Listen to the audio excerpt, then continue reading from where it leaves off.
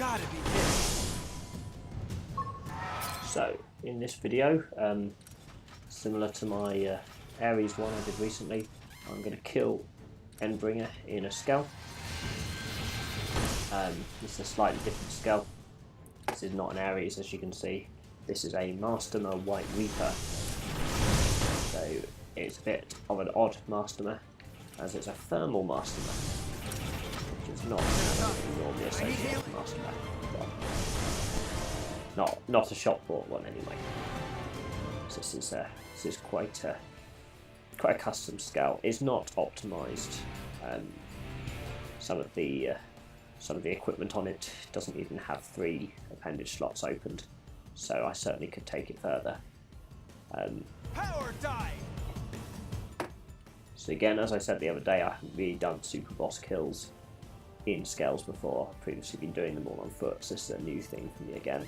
But I thought, having done one in an Ares, I'd just see if I could do one in my Diskbomb Skell. So that's what this is. It's a Diskbomb Skell.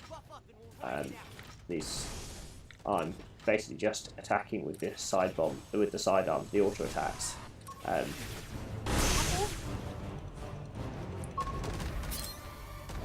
Which is what disc bombs are all about. They're just the most powerful Skell sidearm for the crazy auto attacks.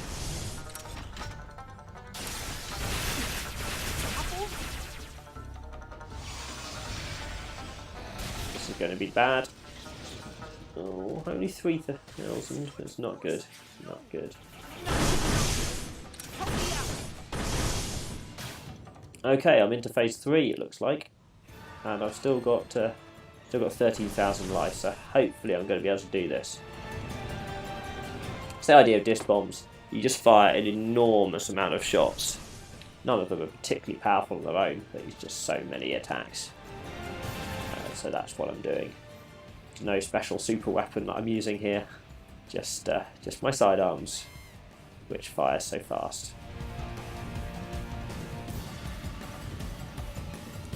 I might have a bit of a problem here because the weather has turned to fog, which is going to make my accuracy go down.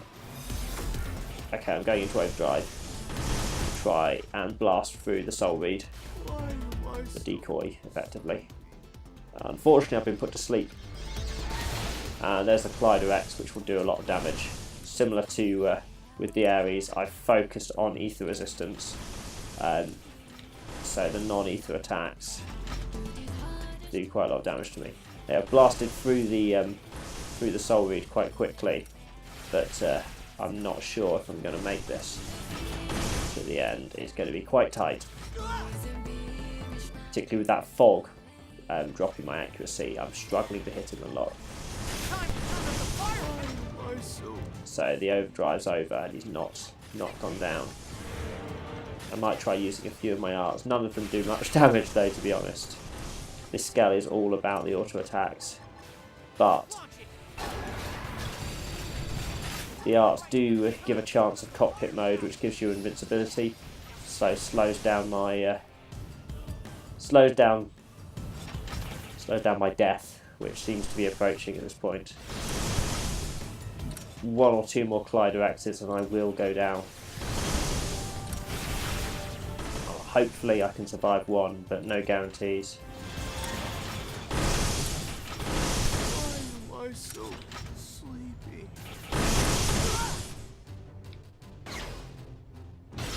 This is very close, so... And there we go, we did it. We did it. I didn't expect to really there. And an Ultra Nebulan Avenger with range TP gated forward slate. That's not a good weapon, so I'll be selling that. Yep, so there we go. I killed Endbringer now in a different type of Skell. Similar to before, I'm not wearing any relevant Skell wear, so my ground builds are relevant. So looking at the Skell, this is a Mastema, except I'm making thermal. So I wanted the attribute damage firm on my armor. So that is actually the armor that you get on a Hades Skell. So to make this Skell, you would need to craft a level 60 Mastema and a level 60 Hades, and then swap the armor between the two. I haven't actually upgraded all of it. If I was going to perfect this, those attribute damage firms would all be up to level XX, but that takes a long time and I haven't done it. I put 5 spec up ether resistances on it. I found you needed all 5 really with the Mastema, as it doesn't have quite as high natural resistances as the Ares does. It possibly would be better to have 4 and then an electric, though I'm not sure. Then you take a small amount of damage from the ether instead of basically none, but maybe the Collider X doesn't kill you quite so quickly. I've then got these Cracker BMs. This one is particularly good with attribute damage therm on it twice over. I could obviously upgrade it, but I haven't done. Those are quite rare. I got lucky to get that one. This second one only has it on once. You'll note I haven't actually opened all the augment slots there. I'd far rather it be a second one with the double trait, but as I said, they're quite rare. The reason it's there is for that attribute damage firm. It's not as if it's something I intend to use particularly. This needle gun is purely here for boost range attack and spec up ranged attack. The shield spec up ranged attack, not a good weapon to have here. This is a bad slot. These M missiles, this one has spec up ranged attack, otherwise it's not very good. And this one has attribute damage firm, spec up ranged attack and boost ranged attack, so that's actually quite good here. I note the custom weapon missile mag on that M missile, in theory good if I was building a break scale, but this isn't a break scale. Possibly could turn it into one. I've not seen a thermal break scale before, but I'm sure I think it probably would work. So grenades, spec up range attack and attribute damage firm is what that's there for. And this one on the left is better in that it's got spec up range attack, boost range attack and attribute damage firm. Here are the disc bombs. If building a disc bomb Skell, you want in your left arm a disc bomb with custom weapon missile mag. In your right, you don't want custom weapon missile mag. Due to an odd glitch, the trait, if it's on the left, applies to both. So what weapon missile mag is meant to do is increase the number of attacks and decrease the damage per attack. For some reason, if you have it on the left one only, both left and right get the number of attacks increased, but only the left has the damage per attack decreased. And so your right one, it just becomes very, very powerful.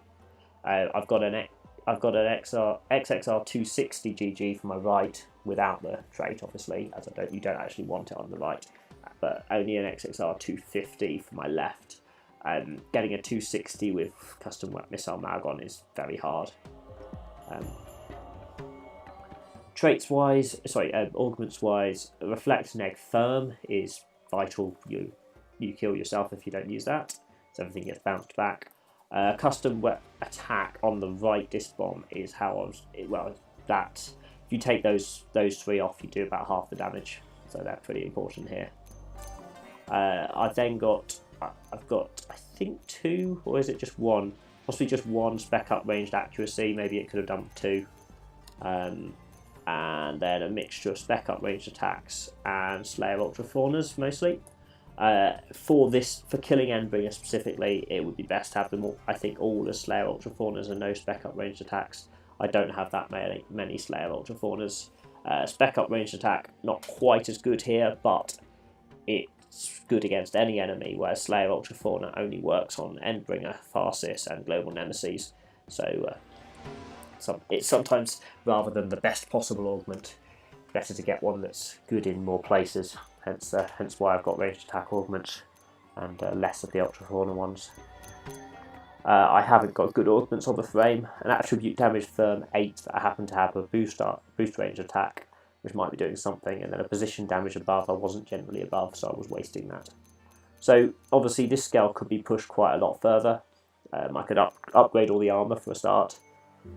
I could replace that shield with something relevant.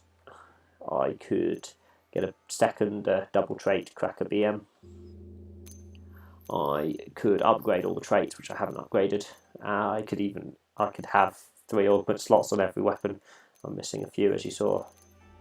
I could have a 260 rather than a 250 here, and then you get a couple of extra shots in as well, because the custom missile mag on a 260 goes higher than level 9. So there's quite a few ways this could be better, particularly if I upgraded all those attribute damage therms on the armour and put 3 attribute damage therm XX augments on the frame. I'd do probably at least 20 to 30%, again, as much more damage, 30% more damage than I'm doing at the moment. If I could get another one of those 3 trait M missiles damage wise for the right, that would boost it similarly. But anyway, so all that to say, this is not a perfect Skell by any means. It's nowhere near as survivable as the Ares, but it's pretty powerful. What this is really good for is if you're farming and you want to kill an enemy over and over and over. This just doesn't burn through fuel doing it, so it's very good for that. For fighting a super boss, as you saw, it works. This can kill Endbringer. It's probably not your first choice unless you augment it a bit more. Augment it up a bit more, and it would be very good. People would normally use a Lila for this sort of build for fighting a super boss rather than a Mastema. The Mastema does slightly more damage with ranged attacks. The Lila, on the other hand, has an overdrive that can make it invincible.